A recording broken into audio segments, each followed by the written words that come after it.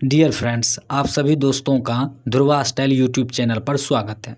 First of all हम आप सभी को बताना चाहेंगे इस चैनल पर बीएड से रिलेटेड हर टॉपिक कवर कर दिया गया है और जो बचा है वो भी कवर कुछ दिनों में कर दिया जाएगा।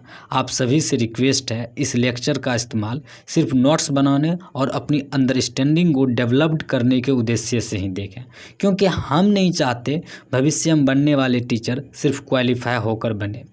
आप में बच्चों को नई दिशा देने की समझ विकसित हो, इसलिए आपके लिए डिस्क्रिप्शन बॉक्स में टेलीग्राम का लिंक दिया गया है।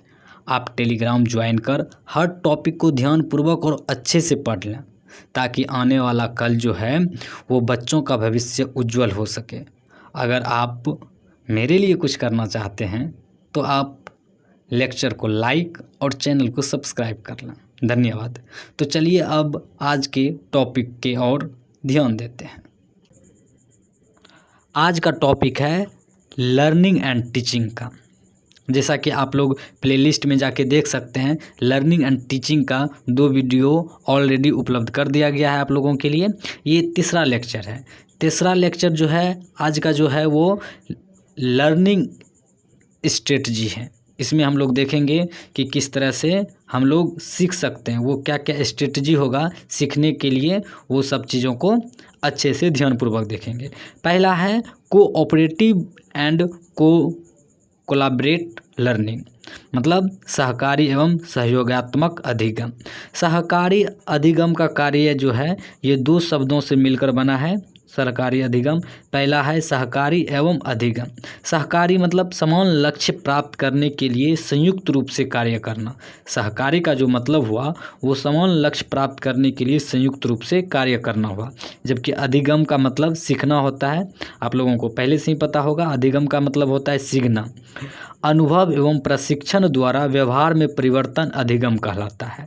सहकारी अधिगम की परिभाषा को हम लोग देख लेते हैं। सहकारी अधिगम ऐसी अधिगम प्रक्रिया है जिसमें बालक समूह बनाकर एक ही उद्देश्य को पाने का प्रयास करते हैं और एक दूसरे का सहयोग करते हैं। सहकारी अधिगम बालकों को निपुणता और योग्यता हासिल करने में मदद करता है। जैसा कि आप लोग देख चुके हैं कि सहकारी अधिगम जो है इसका उद्देश्य बालक को समूह बनाकर एक ही उद्देश्य को पाने का प्रयास करता है।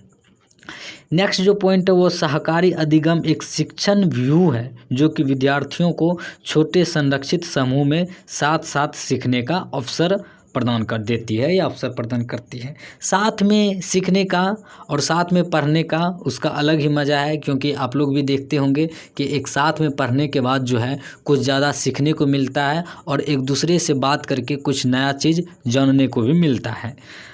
अब नेक्स्ट पॉइंट देखते हैं कि सहकारी अधिगम का उद्देश्य क्या है। इसका जो पहला उद्देश्य है, सीखने की उपयुक्त वातावरण हो, जीवन कौशल का विकास हो, समस्या समाधान की निपुणता हो, सहयोगात्मक मित्रतापूर्ण वातावरण होना चाहिए। इसके लिए विषय वस्तु का गहन एवं विस्तृत ज्ञान हो, व्यक्तिगत एवं सामूहिक उत्तरदायित्व हो और विविध प्रकार के अनुभवों में वृद्धि हो। ये सरकारी अधिगम का उद्देश्य है, मतलब कि लर्निंग जो है स्ट्रेटजी, इसके लिए क्या क्या उद्देश्य है इस तरह से आप लोग देख सकते हैं। नेक्स्ट पॉइंट है सहकारी अधिगम की प्रक्रिया। नेक्स्ट पॉइंट सहकारी अधिगम की प्रक्रिया, इसका जो है पाठ्य वस्तु का चयन करना है, जबकि दूसरा में उद्देश्य का निर्धारण करना है, छोटे समूह का निर्माण करना है और छात्रों को कार्य एवं दायित्वों का वितरण प्रदान करना है।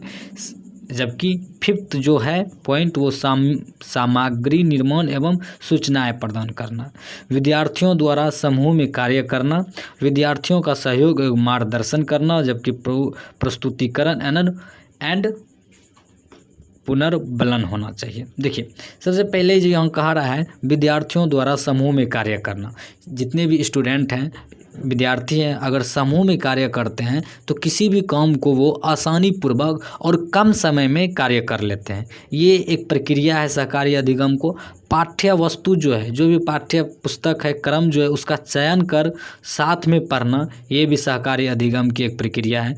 छोटे छोटे समूह का निर्माण करना, ऐसा नहीं कि बहुत बड़ा समूह बना लिए हैं, कुछ नहीं हो पा रहा है, क्योंकि बहुत ज़्यादा आदमी होने के साथ बातचीत और गलत डायरेक्शन में चले जाता है। इसलिए छोटे छोटे समूह का निर्माण कर काम को अच्छे तरह से परिपूर्ण करना ही सहकारी अधिगम की एक प्रक्रिया के अंतर्गत आता है। तो चलिए नेक्स्ट पॉइंट को देखते हैं। नेक्स्ट पॉइंट जो है सहकारी अधिगम के घटक। सहकारी अधिगम के घटक में पहला जो है सकारात्मक अंतः निर्भरता, जबकि दूसरा जो है व्यक्तित्व एवं सामूहिक जवाबदेही होना चाहिए, और तीसरा सामूहिक प्रोसेसिंग, एंड चौथा सामाजिक कौशल और आमने सामने की अंतःक्रिया। ये सब जो है पॉइंट्स ये सहकारी अधिगम के घटक है। आप इस सब पॉइंट को अगर एग्जाम हॉल में लिखते हैं तो आपको अच्छे मार्क्स मिलने की संभावना बढ़ जाती है और अच्छे मार्क्स होके आप क्वालिफाई भी करते हैं। तो नेक्स्ट पॉइंट जो देखते हैं सहकारी अधिगम की आवश्यकता। सहकारी अधिगम जो है इसकी आवश्यकता क्यों पड़ी और क्यों होती है, इसके बारे में हम लोग डिस्कस करते हैं। पहला पॉइंट है ज्ञान सभी के सहयोग से प्राप्त होता है। सही बात है, ज्ञान जो है आप जब से कोई बच्चा एक जन्म लेता है उसको जो ज्ञान मिलता है सबसे पहले अपने माता पिता, फिर आस पड़ोस से, फिर बड़े होने के बाद एक टीचर से, शिक्षक से, धीरे धीरे इस तरह से उनके ज्ञान में जो है सभी का योगदान होता है और सहयोग होता है। विद्यार्थियों में नैतिक मूल्य और जीवन कौशल का भी विकास होता है। नैतिक मूल्य और जीवन कौशल जो जीवन जीने का जो व्यवहार है और कौशल है उन सभी को विकास धीरे धीरे होता है। जटिल तथा आसानी से सीख पाते हैं। अगर आवश्यकता क्यों पड़ी है सहकारी अधिगम से, सहकारी अधिगम की आवश्यकता इसलिए पड़ी है ताकि कि वो हर चीज़ को आसानी से समझ सके। नेक्स्ट पॉइंट जो है सामूहिक कार्य करने में आनंद की अनुभूति। बिल्कुल सही बात है, अगर सब मिलजुल के करते हैं तो सामूहिक कार्य, कोई भी कार्य मिल के करने के बाद वो जो है एक तरह से उनको खेल के रूप में हम लोग देखते हैं और उस काम को करने में जो अनुभूति होती है वो बहुत ही अच्छा फील होता है, आनंद होती है, न कि एक तरह से वर्क लोडेड टाइप से फील हो कि हमसे ये नहीं हो पाएगा। इसलिए ये सब चीज़ों की ज़रूरत होती है। नेक्स्ट पॉइंट हम लोग देखते हैं सहयोगात्मक सामाजिक संबंधों का भी निर्माण होता है। विद्यार्थियों की जो सक्रिय भागीदारी है वो भी बढ़ जाती है, शैक्षिक उपलब्धि में भी वृद्धि होती है और स्व अधिगम का जो है वो अवसर भी मिलता है। चलिए नेक्स्ट पॉइंट जो है वो जिसका हम लोग आगे ऊपर कर चर्चा कर चुके हैं, कोलैबोरेट लर्निंग, सहयोगात्मक जो अधिगम है उनके बारे में देख लेते हैं। कोलैबोरेट जो है इसमें पहला पॉइंट है सहयोगात्मक अधिगम शिक्षण और अधिगम की एक विधि है जिसमें छात्र एक महत्वपूर्ण प्रश्न का पता लगाने के लिए या एक सार्थक परियोजना बनाने के लिए एक साथ काम करते हैं। बिल्कुल सही बात है कि सहयोगात्मक अधिगम जो है इसमें छात्र कोई महत्वपूर्ण प्रश्न का पता लगाने के लिए एक सार्थक परियोजना बनाता है जो कि उस प्रश्न का हल निकालने के लिए एक साथ मिलकर काम भी करता है। नेक्स्ट पॉइंट है एक व्याख्यान पर चर्चा करने वाले छात्रों का एक समूह या साझा असाइनमेंट या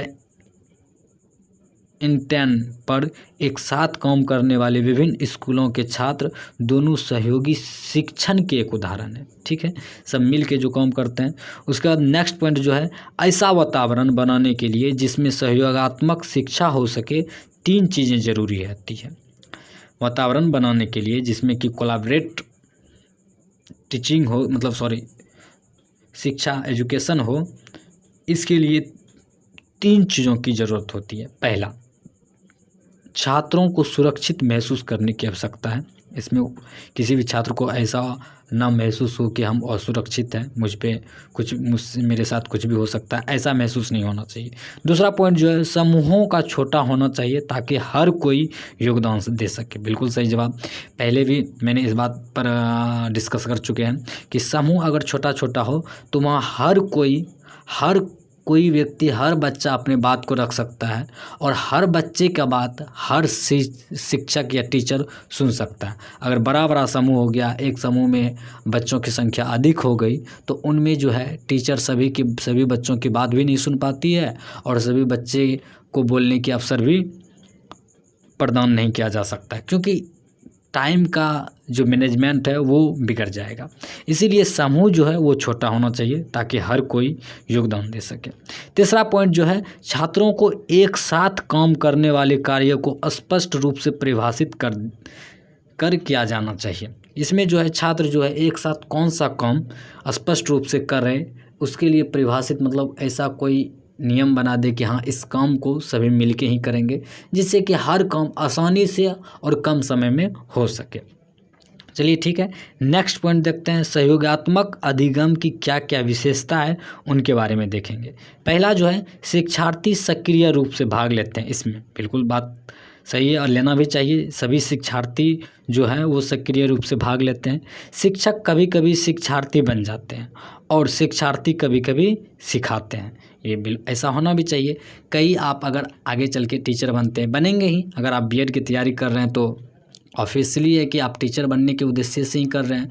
अगर आप टीचर बनते हैं तो कभी कभी क्या होता है ना, बच्चों के साथ घुल मिल जाइए और उनको ऐसा फील ना हो कि सामने सर बैठे हैं, मुझे बोलने में हिचकिचाहट होगी। अगर आप उनसे थोड़ा सा फ्रेंडली मिल के एक दायरे में होकर उनसे बातचीत करते हैं और मिलजुल के करते हैं तो आपसे सभी स्टूडेंट जुड़ पाएंगे, ताकि जो भी स्टूडेंट के मन में विचार हैं, भाव हैं, सवाल हैं, आपसे पूछ सकें। इस तरह से करने के बाद सभी जो टीचर हैं, शिक्षक हैं, वो शिक्षार्थी बन जाते हैं और शिक्षार्थी कभी कभी इस तरह से सिखाते भी हैं। और स्टूडेंट जो है, छात्र जो है, बच्चे जो हैं, वो बहुत ही जल्दी आपके हर बातों को सीख भी जाते हैं और उनके ज्ञान में वृद्धि भी हो जाती है।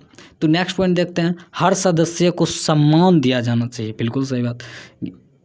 ये इनकी विशेषताएं हैं कि हर टीचर को बच्चों के साथ अच्छे से पेश आएँ और हर बच्चे को, हर व्यक्ति के साथ साथ सभी टीचर्स, आस पड़ोस के जितने भी बड़े लोग हैं उनका सम्मान करना चाहिए। ठीक है, अगला पॉइंट जो है, छात्रों की समस्या उत्पन्न होने पर संघर्षों के हल करने का कौशल सिखाते हैं। इसमें जो है किस तरह से किसी बच्चों के साथ कोई समस्या उत्पन्न हो जाए और उस समस्या से किस तरह से लड़ा जाए, उन संघर्षों से कैसे गुजरा जाए, उस तरह के कौशल सिखाते हैं इस अधिगम में। और सभी का योगदान मूल्यवान माना जाता है, जो भी योगदान करते हैं इसमें सबका जो योगदान होता है वो मूल्यवान माना जाता है। नेक्स्ट पॉइंट है, लक्ष्यों को स्पष्ट रूप से पहचानना और एक गाइडेड के रूप में उपयोग किया जाता है। ये भी बिल्कुल सही है, सभी बच्चों को अपने लक्ष्य की ओर, क्या मेरा लक्ष्य होना चाहिए, उस चीज़ को पहचानना बहुत ही ज़रूरी हो जाता है। इंटरनेट एक्सेस और अनुसंधान उपकरण उपलब्ध कराए जाते हैं। इसमें जो है इंटरनेट और जितने भी आप लोग देखते होंगे कंप्यूटर वगैरह, ये सब चीज़ का उपकरण जो है, इस सभी चीज़ों का सही से किस तरह इस्तेमाल किया जाए, इन सभी चीज़ों का उपलब्ध कराए जाते हैं। इस सहयोगात्मक अधिगम की विशेषता जो है, इस तरह से आप लोग देख सकते हैं। और आप देख सकते हैं कि किस तरह से ये शॉर्ट पीडीएफ में शॉर्ट नोट्स को आप बना सकते हैं और रिवीजन के माध्यम से अच्छी तैयारी को एक नई दिशा दे सकते हैं। इस तरह से आप लोग इस नोट्स को बनाएं, लिखें और समझें। और पॉइंट वाइज, अगर पॉइंट वाइज किसी भी एग्ज़ाम हो, ये नहीं कि बीएड, आप अगर यूपीएससी और बीपीएससी या फिर कोई भी स्टेट पीसीएस में बैठते हैं, यूपी पीसीएस में बैठते हैं या जेपीएससी, जितना भी है, आप सभी स्टेट पीसीएस या कोई भी एग्ज़ाम देते हैं, अगर पॉइंट वाइज उसमें लिखते हैं तो 100% है कि आपको औरों से अच्छे नंबर ही मिलेंगे। तो चलिए, आज की लेक्चर इसी जगह समाप्त होती है और नेक्स्ट लेक्चर बहुत जल्द ही अपलोड कर दिया जाएगा। आप इसी तरह से इस वीडियो में जुड़े रहिए और पूरी तरह से नोट्स बनाएं और रिवीजन करें। और हम तो कहेंगे कि आपके पास अगर बुक है उसको अच्छे से पढ़ें, अगर बुक नहीं है तो टेलीग्राम ज्वाइन कर सकते हैं। वहाँ पे जो भी पीडीएफ दिया गया है वो अच्छी तरह से लॉन्ग में और प्रिंटेड नोट्स उपलब्ध करवाया गया है। वहाँ आप अच्छे से वहाँ से पढ़ के अपने तैयारी को बेहतर बना सकते हैं। और छोटा सा काम अगर कुछ कर सकते हैं तो वो चैनल को सब्सक्राइब कर सकते हैं। Thank you.